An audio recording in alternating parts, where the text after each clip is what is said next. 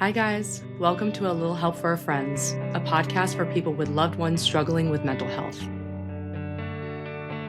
Hey, little helpers, it's Dr. Kibbe here. Before we dive into this episode, I wanted to tell you how I could help you navigate the mental health or addiction struggles of the people you love. Cool of Mine is the online coaching platform and community that I built to support you in the moment when you need it the most, like having hard conversations, asserting your needs, or setting boundaries. Even if you're just curious and want to chat about it, book a free call with me by going to the link in the show notes or going to coolamind.com, KULAMIND.com, and click Get Started. Thank you and enjoy the show. Welcome back, little helpers. We have a really special guest today. Anzi De Benedetto is an actor in New York, and he was in this movie that just blew my mind. I'm still reeling from it. It's called Rosemead, and for anyone who is able to see it right now, you should go see it. It is based on a true story. It's a heartbreaking movie about mental health and family and how culture plays a role in mental health treatment. I'll let Ansi describe way more about it, but it was just such a moving movie, and so happy to have you on the podcast to talk to us about your experience with it. So welcome.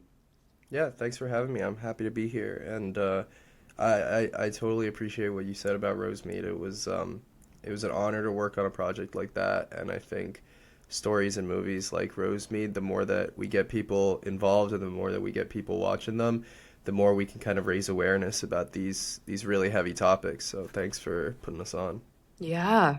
Tell us about the movie because in the so I went to the screening in Lincoln Center a couple Mhm. weeks ago, and I was moved to hear that the director Eric and Lucy Liu were saying that, it's they basically were making it happen themselves, right? They were like, Yeah. producing it, try to get the word out.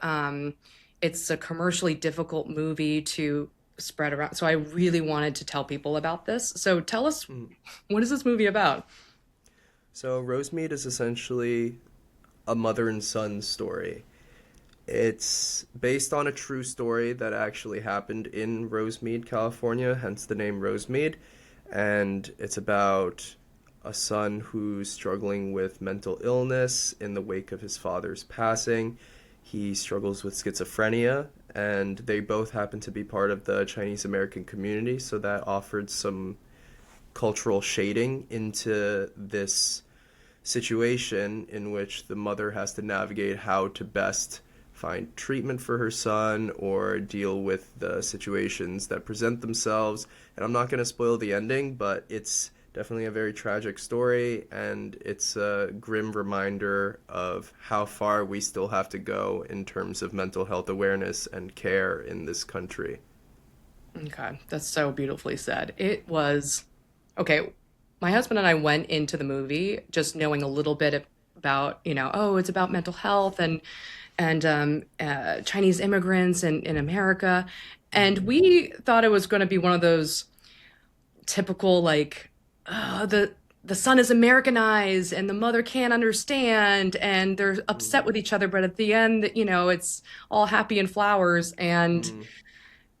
that ending, not going to spoil it, but it was, I mean, Yeah. I remember watching the movie and not being able to cry and then afterwards just crying. So we were like ugly crying afterwards. It was so moving. Yeah, it's definitely not like what you would expect going into like when you said with one of those the more typical formula that a lot of these other movies will follow. Rosemead definitely doesn't fall into that. And there are some parts of like the cultural disconnect between mother and child, especially as like one is more from the mainland or more from like Taiwan or China or Hong Kong, and whereas the kid is born in America and raised in America. So there is some of that, but it's definitely not the main focus of the movie. So you're right. Yeah. Tell us about your your journey in it. How did it come across your like how did you get into the movie? What was your Hmm. experience shooting it? Like, Yeah. So I have a good relationship with the casting director, Jessica Kelly, and so she, had me audition a couple times, and then they found a role for me in there, and then I was very honored to be able to be a part of this. And then I only shot for 3 or 4 days because my role was like the Lucy Liu's son's friend, and so I play the friend that kind of looks for the son while the son being Joe. Joe is the character's name. My character Stan looks for Joe when Joe kind of goes on a little bit of a he has a bit of a breakdown, and Stan tries to be there for him, tries to offer some advice. But ultimately, it is definitely like Joe and Irene. Irene being Lucy Liu's character, Joe and Irene's story, and so Stan kind of offers a little bit of support and coloring from how people outside of this family might perceive the situation and might try to offer some help or might try to be there for Joe in whatever capacity that they can, but ultimately, without all the context, it is still Stan is still a bit oblivious. Yeah, yeah. How did you guys talk about what the role is? I mean, it's interesting because we on this podcast we talk a lot about how loved ones, friends and family play a role in people's mental health. Yeah, And how did you approach the character of like, okay, I'm going to be a friend to this kid who's struggling? yeah. Oh, yeah. So I thought about it in terms of kind of my own past experiences with friends who've gone through mental health struggles, especially in high school, because all the characters are high schoolers. Um, and so I thought back to some stories with like me and my friends or people that I used to talk to back in high school and how I thought that I was being fully there for them. I thought that I was doing everything that I could just by like checking in and asking them how they are. When in reality, like really being there for your friends, if they're going through something that dire, you kind of need to go a bit deeper than just checking in and saying, "Hey, how are you?" You need to recognize when things are past a certain depth and out of your capabilities, and you have to know when to kind of turn towards people with more resources or with more experience. And so I kind of drew on that experience to bring Stan to life in terms of how he's a good friend of Joe. He wants to be there for him. He wants to do the right thing. His heart's in the right place after all, but he doesn't necessarily go about it the right way because he doesn't know. So there's scenes where I think this is fine to spoil. It's just like my little scene, but it's like there's a scene where Joe and Stan are kind of sitting in their friend's bedroom and they're all chatting together, and Joe's kind of like, "Oh yeah, don't you know? Sometimes like the shit gets to me, like it all bubbles up. Like I kind of get to this place in my mind where I'm like, oh my god," and Stan, my character, is just like, "Yeah, dude, I get it. Like when you're in that." When I'm in that zone, I just like go to Pizza Hut and eat a whole pizza. And it's like if you're talking to someone who's not really going through an actual like mental health crisis, if someone's just dealing with like the stress of a breakup or like a bad test grade or whatever, it's like, yeah, okay, like go to Pizza Hut, eat a full pizza, sure, that could help, that could be like your way to help with the situation. But when it comes to an actual mental health crisis, that's probably not the best advice. But then again, given the context of the story, Stan doesn't know what's going on. He doesn't understand that more help is required. And so it really paints this full picture of the situation in America where it's not necessarily that people's hearts are in the wrong places. It's just that there's a lack of awareness or there's a lack of understanding that makes the situation just very difficult to solve in the first place. It's interesting that your take on that, to hear that, like, you're looking back on that scene is like, oh, there was a missed opportunity, right? That like Mm. Stan, was like well intentioned. There was two friends and Stan, Yeah. they're well intentioned, but they ultimately like didn't understand what was the gravity of the situation. But actually I remember that scene being really beautiful because Mm. it was this moment where Joe was clearly having, like psychotic episode or just having symptoms, and the the two friends, Stan, what was the name of the other friend? Genie. Jeannie. They were both pulled him aside and it was like in contrast with the gossipy world of like Chinese moms. Yeah. But they seemed to be just they showed that they were being supportive, and they definitely didn't know what was going on. How could they? Yeah. But even just saying like, yeah, shit gets to me and I just eat a whole pizza.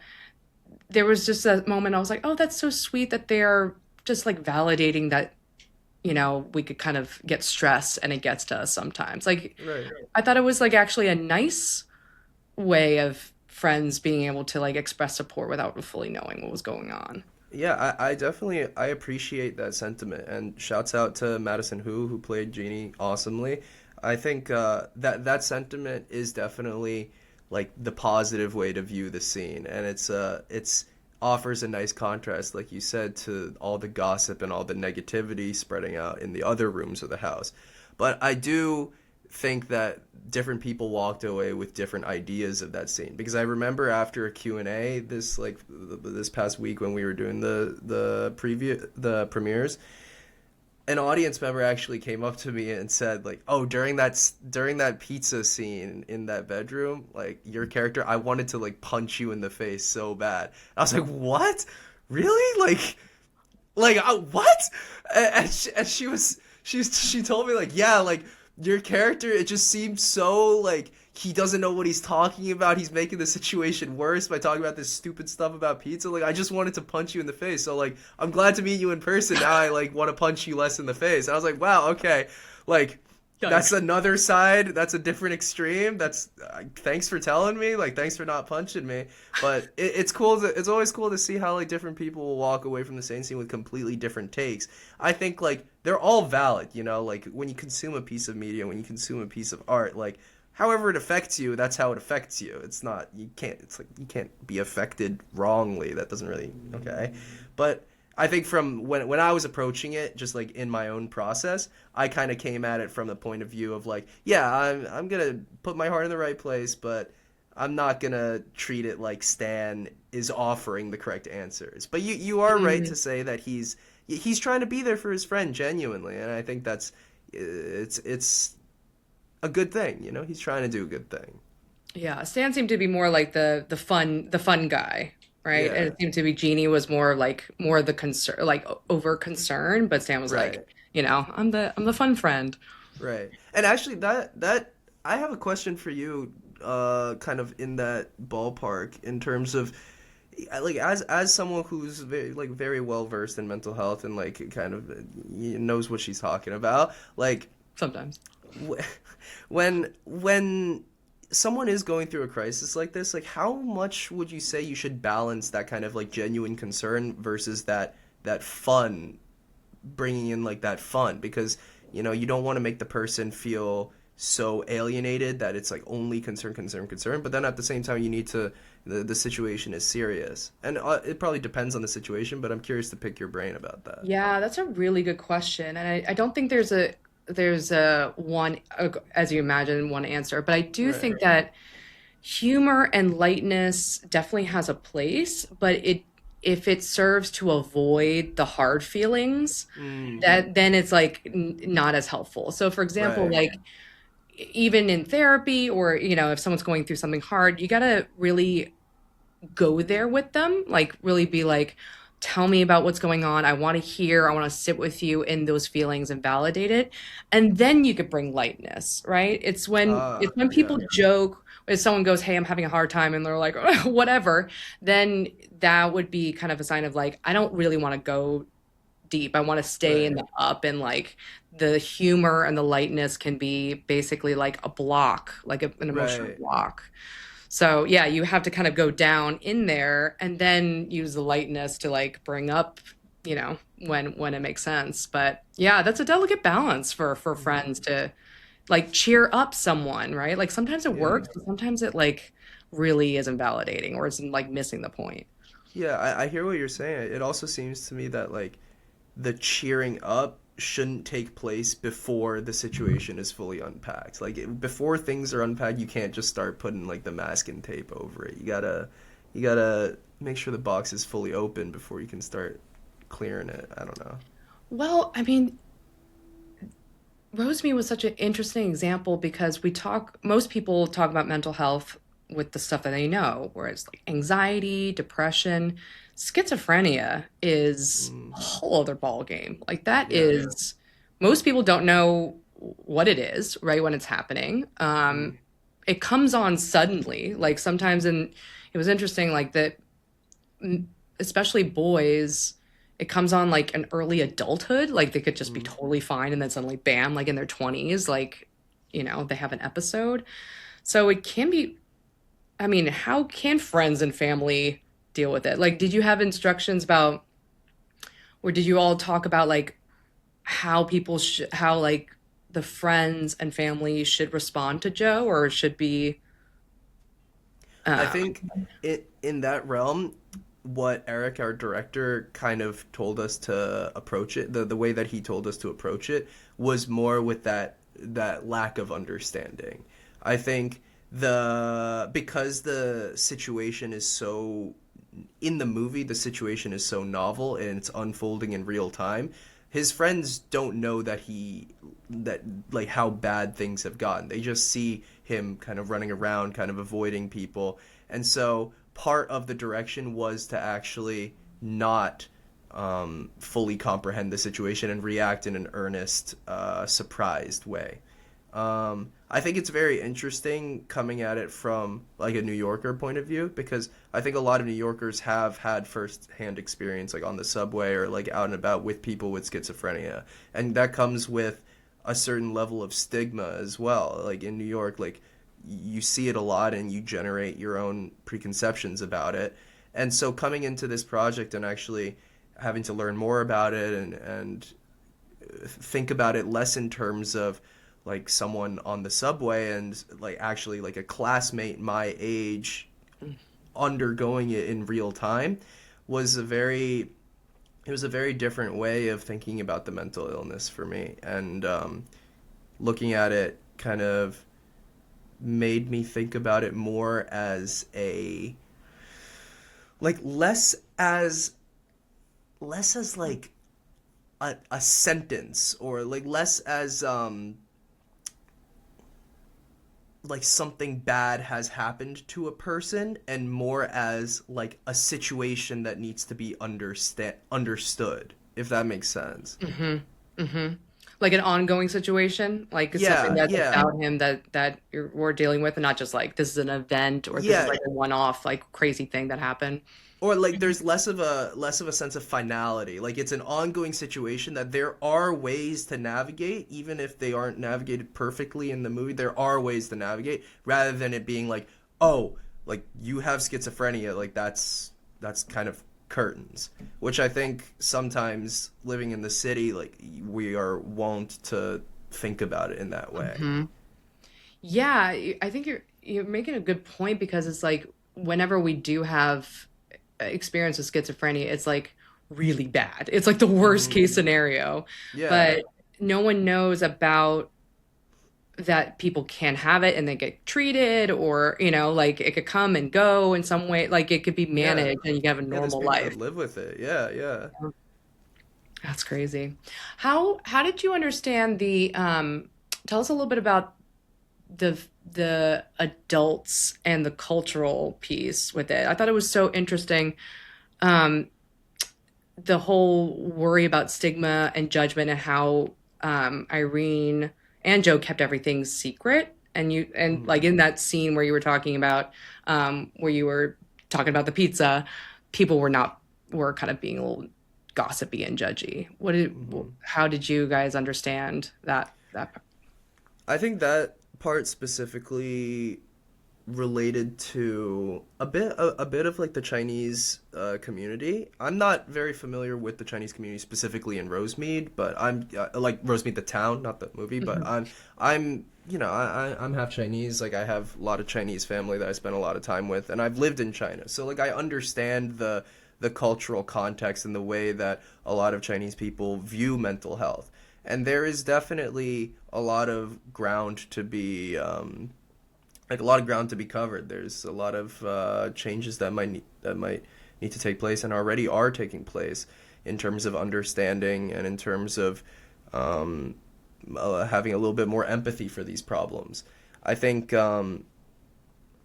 in Rosemead, those scenes where like the aunties are discussing these issues that Joe is going through, there's a lack of compassion really, and it's more of like, oh, Irene's son is doing so much worse than my family's kids. Like I'm so happy that like my kids aren't going through that. There's a sense of like, oh, like because someone else is doing worse, like that makes me happy that my kids aren't doing as bad.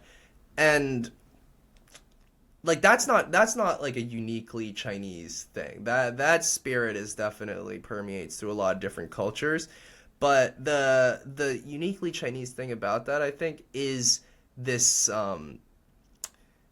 that idea that like the mental health is it's something so foreign. Like this idea of like a mental illness is it's not classified as necessarily like as an illness. It's classified as like something wrong with the person, that they might be choosing to do something wrong, or like something wrong with the parenting style, or something wrong with like the household culture, rather than hey, there's things in the brain that aren't that just are causing this. And I think that was the part that the screenwriter Marilyn and the director Eric kind of keyed in on, which is the where the people in the Chinese community will place the blame for a mental health crisis, and they'll place the blame on the parent. Interesting. I what kind of half are you? What who's Yeah, Chinese? my mom is Chinese, my dad is like Italian American.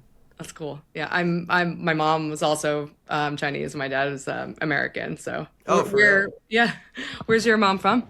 Shanghai. Okay, great. Is that where you Yeah. lived when you went Yeah, lived? yeah. How is that? It's such like a Oh my God. wild I city. I love haven't been Shanghai. there for like since I was like 8.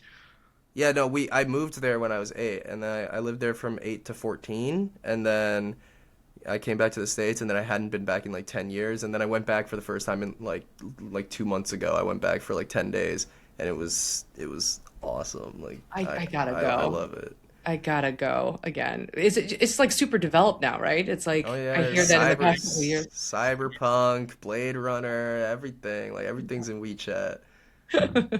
Yeah, Trains it's that like awesome. fly, you know? Oh my God, basically, like it was sick. Yeah. That's cool. It I love that part of the I'm not usually it's funny, I guess like me being, so Americanized, I'm like I don't usually like to not like, but I usually don't actually talk about like the cultural piece of mental health, but it was such a Mm, big part of my life because my mom from Hong Kong, we were living here, struggled with mm, alcoholism and a lot of mental health issues. And mm, it was weird to kind of navigate that from, like with my Chinese family versus here because, here, of course, there's like more awareness and help and we talk about it differently. But right. in the like, first of all, there's no like a huge therapy culture in Hong Kong versus here. There's like Yeah. none of that. And it was more like, oh, we just have to work around it in the family. Like we just have to, you know, on Yeah. the good days, talk to them, but on the bad days, just like leave mom alone kind of thing. And Mhm. how is your, like, did your family also feel like very different in terms of talking about like health or mental health or anything like that? Um, so I think my family has been really lucky in terms of that we're kind of like we're a small nuclear family of just like me, my mom, and my dad. Our extended family, like we see them often, but we're not really like caught up in each other's issues heavily. And like our nuclear family hasn't had any major like hasn't really had any like mental illness struggles to deal with like that. We haven't had to deal with like addiction or with other things. So we've counted ourselves as very lucky with that. But kind of it's I don't know, would you count like dementia and Alzheimer's as mental health? Yeah, they're neurological disorders, but Okay, yeah. I guess that It but does have this other piece of like it's not your fault because it's more like physical. yeah, I mean it also bleeds into a bit with like depression too, because I Hmm. think I mean, like, I'll just like kind of spill. Like my grandfather on my mom's side is currently like he's pretty late stage Alzheimer, and then my grandmother on my dad's side is like has dementia right now, and so we're as a family we're kind of like navigating these waters right now, and I count ourselves as like really lucky that we're able to talk pretty openly about like how these ailments are affecting our family members, but also affecting like us as as the caregivers. Like my mom has over the last like 5 years has put in so much time taking care of my grandfather and like my grandmother who's now passed, but like before that, and she was like taking care of them for so long, and I could see like how it was kind of affecting her mentally. And maybe this is where like the Chinese culture of it bleeds into a bit, where we never really like talked flat out like, hey, like how does spending so much time taking care of your father when he's like forgetting who you are and flipping out at you and like calling you by the wrong name, like how does this affect you? Like we've had some conversations about it, but it's never been like super like I statements or like therapy speech or like very like concrete stuff. But we are like the conversation is open, and I have had chats with her about like, hey, it's crazy that like this is happening, and it's crazy that like he like can't he doesn't remember your name, and then he's like flipped out, and my mom has told me like, yeah, it kind of sucks, but like you got to do what you got to do. Hmm. So I'd say we're kind of in this like gray zone of like we're not necessarily like super Americanized with like, oh, let's go to therapy about it, which like I think it could be helpful in certain scenarios, yeah, like but then we're also not super on the other side of like not talking about anything at all and keeping it all behind closed doors. We're a good mix, which makes sense because it's like, we're a mixed family. Lol. Yeah, that makes sense. Oh, so sorry to hear that. That's awful. Are they all here or are they in Shanghai? My no, the Chinese side of my family is all in New York, so they're here. Oh, wow. Okay, so that makes it a little bit easier, I guess, Yeah, 'cause yeah, they're all here. we can still see them and like take care of them, and Yeah. it's a lot easier than if they were back in China. It'd be kind of a madhouse. Yeah. I mean, this is actually my specialty as a psychologist is focusing on like caregiver mental health and support Oh, because so yeah, that's why Rosemead was so interesting to me because it really did give this we think about these diseases as like individual like you are sick but you yeah, could see that like ripples out to the people around you and I always talk about mental health as like a community thing mm-hmm, and especially for the Chinese culture or Asian cultures where it's so much of support is on the family, right? It's like yeah, it's here that's like, okay, let's get a put in the nursing home or get someone, but here is, I mean, I don't know about you, but in my family it's like the younger people take care of the older people. right, right. I mean, and that kind of fills me with a bit of optimism, to be honest, because it's like, okay, we have this pre-existing structure within the Asian cultural diaspora of, hey, the younger generation's going to take care of the older generation. And so if you have that pre-existing structure, you have that framework, I think if you like inject some more like mental health awareness and some like tools and like coping mechanisms and understanding into that mix, then it's like, okay, we really have like a good dynamic going on here. We have like a family that's willing to be there and spend time and resources to take care of their loved ones. And if they have just a little bit more resources in terms of like understanding and in terms of like the vocabulary to use and the methodology to practice when it comes to mental health crises or mental health illnesses, then cool, like we kind of have the best of both worlds going on here. So I think, and I've seen this a lot in like the new generation of like specifically Chinese people as well. Like the like my generation of Chinese people and younger are like very tapped in when it comes to like social what's the word I'm looking for? When it comes to like yeah, like Fairness. yeah, like social justice. When it comes to social justice like issues, like mental health or like gender equality, like people being respectable and like respectful in an interpersonal way, in society. I think the younger generation in China specifically is like they're very advanced. Like they talk about all these issues very openly. And so it does fill me with a lot of hope. Like I'm very excited to see how like people continue to adapt and continue to improve. Well, then how is the mental health support over in China? If the younger generation is more aware of it, but Yeah. I don't know if I don't know if my understanding is updated or not, but I thought that like there are a lot fewer like Yeah. therapists and clinics and a lot of less resources out there. But is that So not true now? I definitely don't know like the actual numbers when it comes to You like don't know all the people. stats about the Yeah, mental health support in China? Oh, I have no stats. I'm just going off of like comment sections and like people that I've talked to like when I was on my most recent trip to China, because I think I came in with some preconceptions of like, oh like I didn't really know like where the minds of young people in China were at. And then when I went back this last time, you know, we were going out to the bars and like talking to a lot of people, and like people were very open about like, oh yeah, like I was going through some shit with like my ex-girlfriend. We were over here, we were traveling, we like just like talking about issues, and like things hmm. were flowing. So like in terms of actual structural, maybe institutional mental health resources, it probably, like you said, it probably has a long way to go. I think in terms of the people that I was talking to and meeting, though, I was very pleasantly surprised to hear how open they were when it came to not only mental health stuff, but also just like stuff about like queerness, stuff about like racism, stuff like all these issues that we as Americans think like, oh yeah, we're like Americans, we know everything there is to know about queerness and like racism. Like we got this on lock. It's like, wow, like other places like have their own like they have good ideas. Like, damn.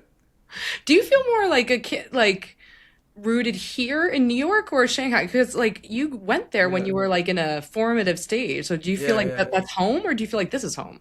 It was weird. Like now I definitely think New York's my home. Like I see myself as like a New Yorker, as an American. But when I lived in China, I was 8 when I moved there. I grew up there as like a little Chinese kid, and then like when I moved back to the States, I was like, oh my God, like what is this culture shock? Like I felt much more Chinese than American by the time I was like 13, 14, moving back to the States. God. And so that culture shock was pretty crazy for me, because I immediately got like I went to boarding school in like bumfuck New Hampshire. Oh my Not bumfuck. God. Like shouts out New Hampshire, love New Hampshire.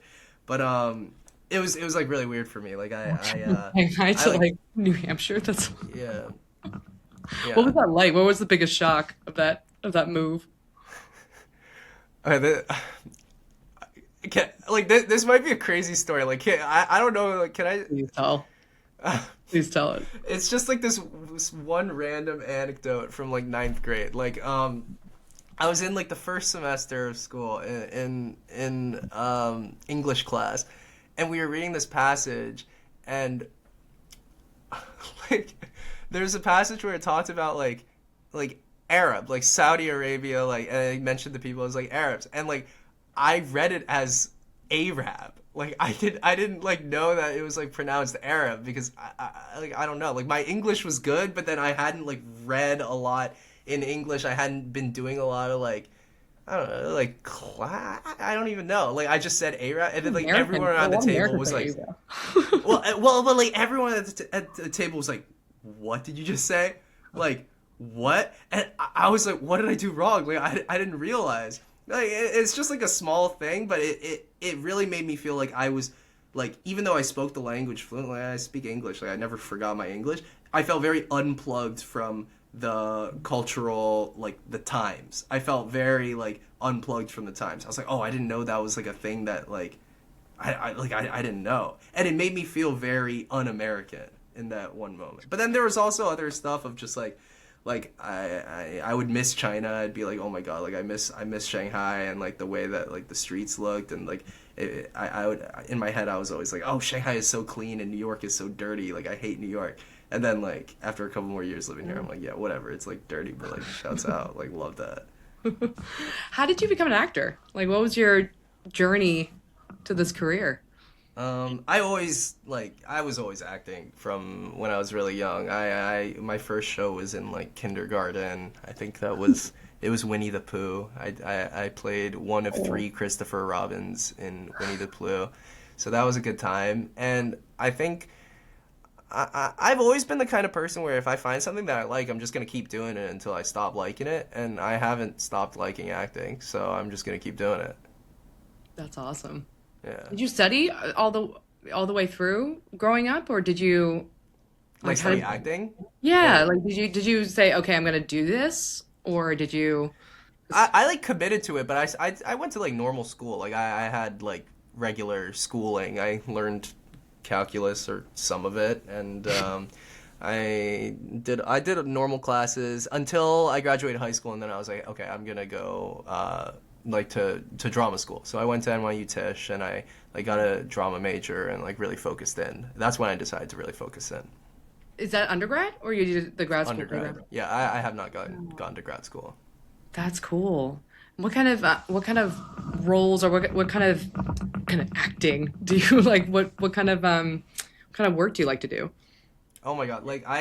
I at this point have done a little bit of everything in the acting sphere, and I'm very blessed to have done so. You know, I've done TV, movie, lots of theater. I've done touring theater, non-union theater, children's theater. I've Wow. done voiceover, commercial, actually I haven't done motion capture yet. I've had motion capture auditions, but I haven't done motion capture yet. I'd like to try that. That sounds like a lot of fun.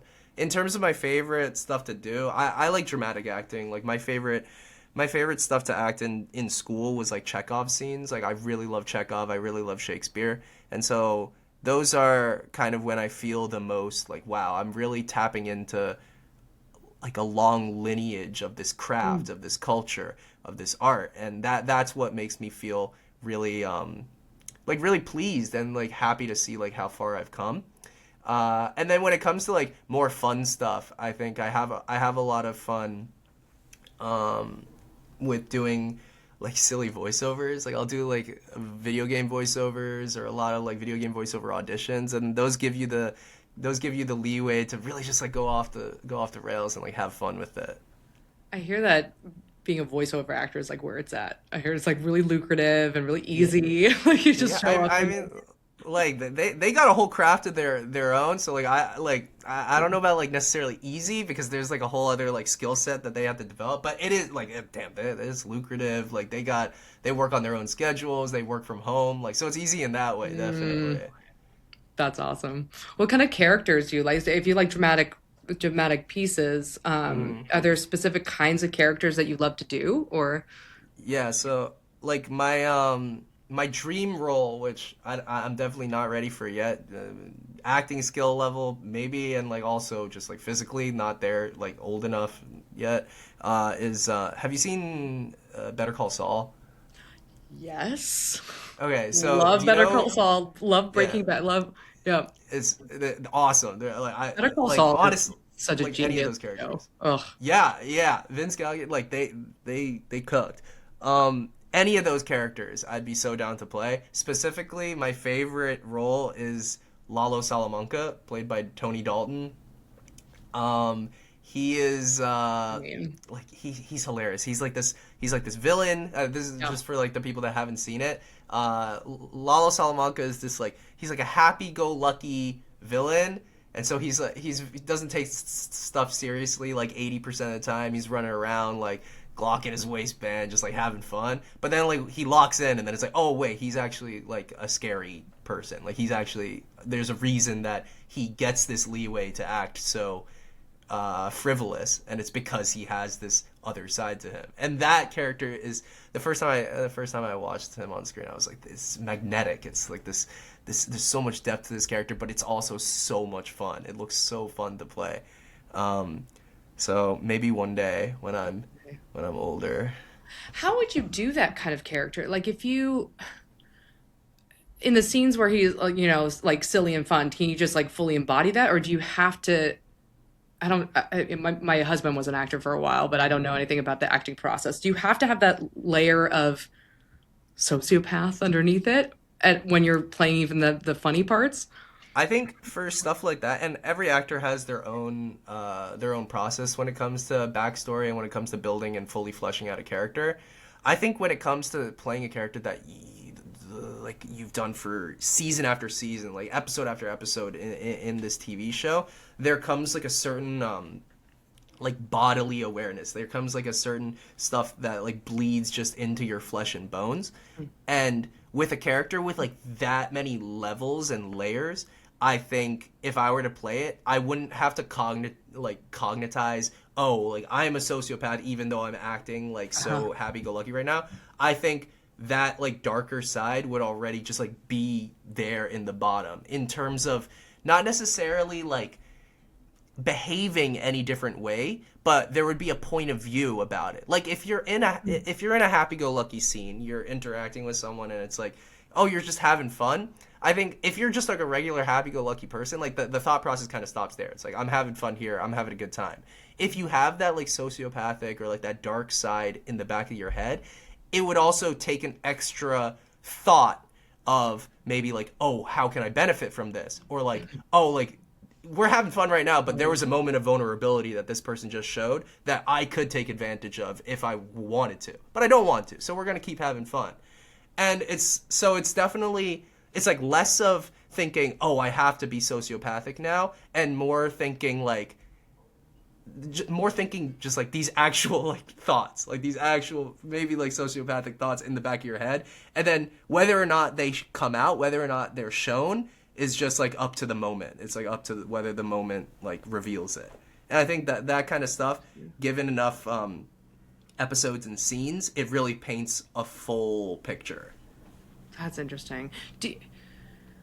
How do you like, I guess this is a question of like what kind of process you follow, but like does it affect you long term? Like do the characters that you play affect you long term, or is it like I just always imagine that when you're shooting and you have to do multiple takes, you have to like go back into the and then like take a break and like wait for them to, redo the lights and you have to go back like the Yeah. switching the character on and off is such an interesting process in my mind, but what is it like for you professionally?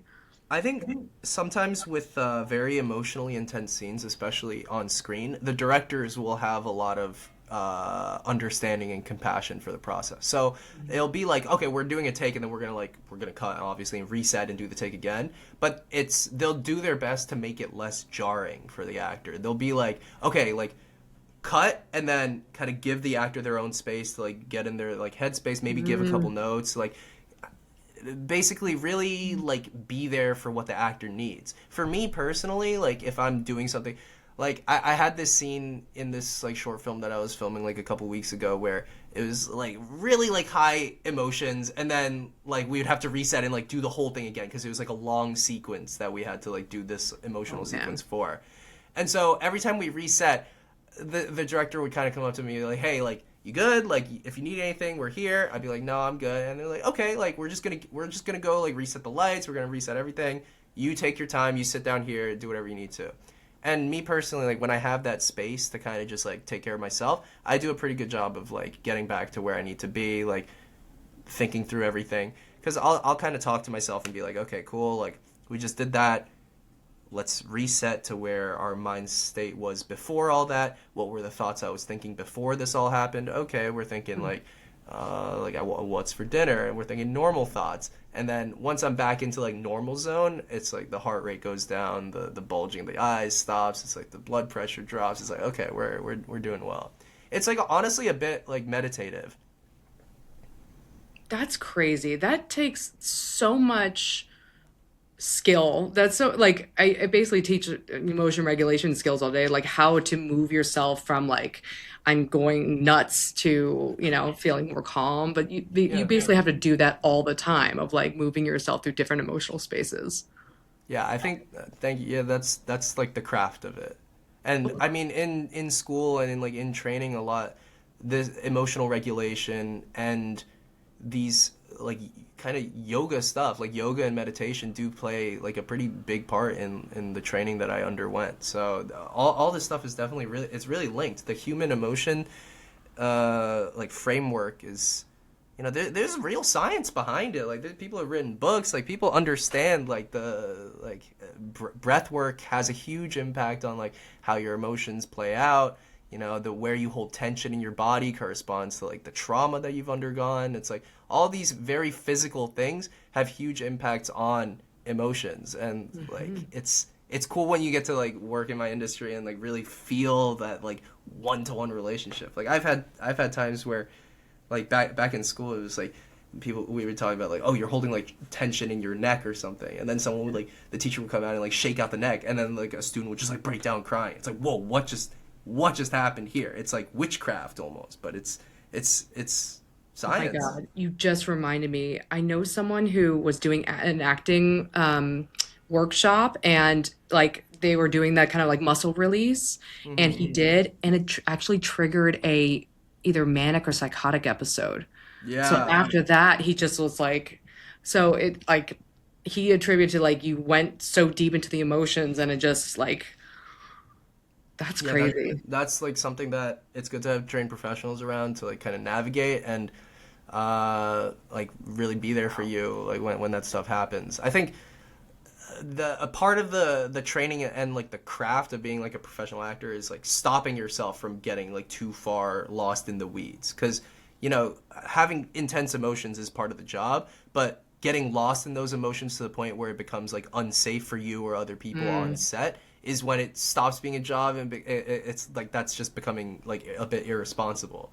And so that's like the tricky bit where it's okay, how can we safely dive into these really like unexamined or more dangerous parts of our own psyche, of our own emotions, but still like make our way back and like grab lunch with the crew and like be a normal functioning member of society afterwards. It's like you gotta like treat it as a job too.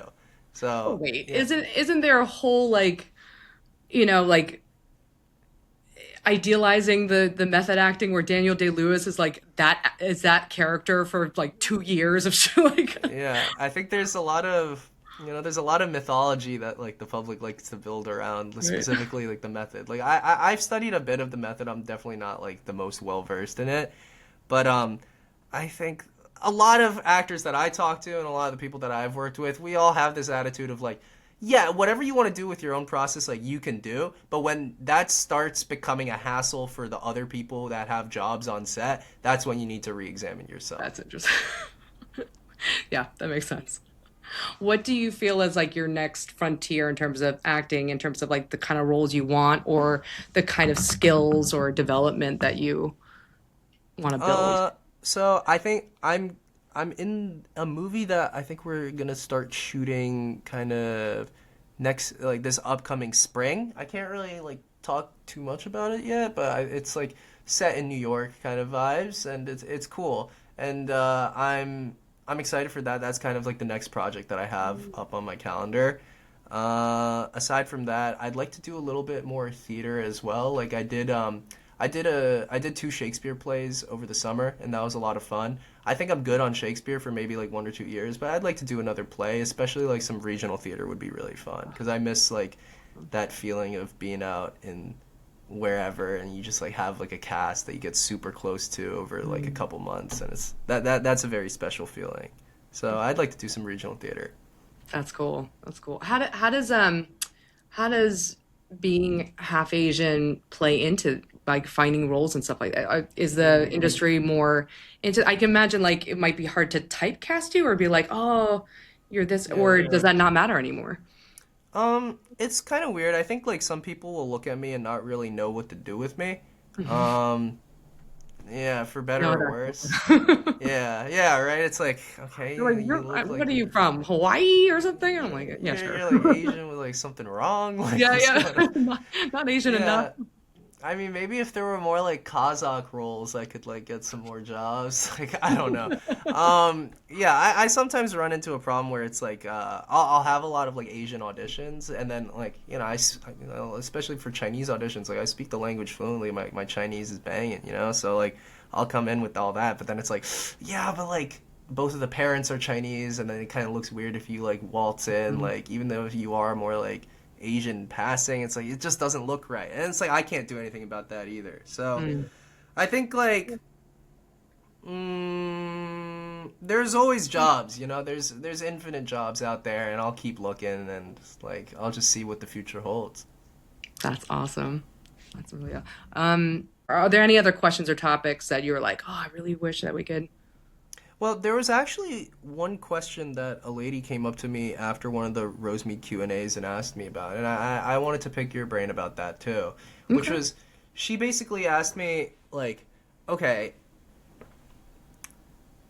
you have a community that wants to, like, you have a community like the Asian American community, and you have like mental health professionals, and there's kind of like a lack of trust that the community has for professionals. So how do you increase this trust? Is the question that she asked me. I didn't have a good answer for her. I was Oh basically my like, I don't God. know. Like I would just try to trust, but that's like, It's a whole let me try to systemic. get a better answer for you. So yeah, what's your 2 cents? I think that that's a really good question that the psychology field and therapists try to tackle because there is Mm, something about someone from your community who understands you and it looks like you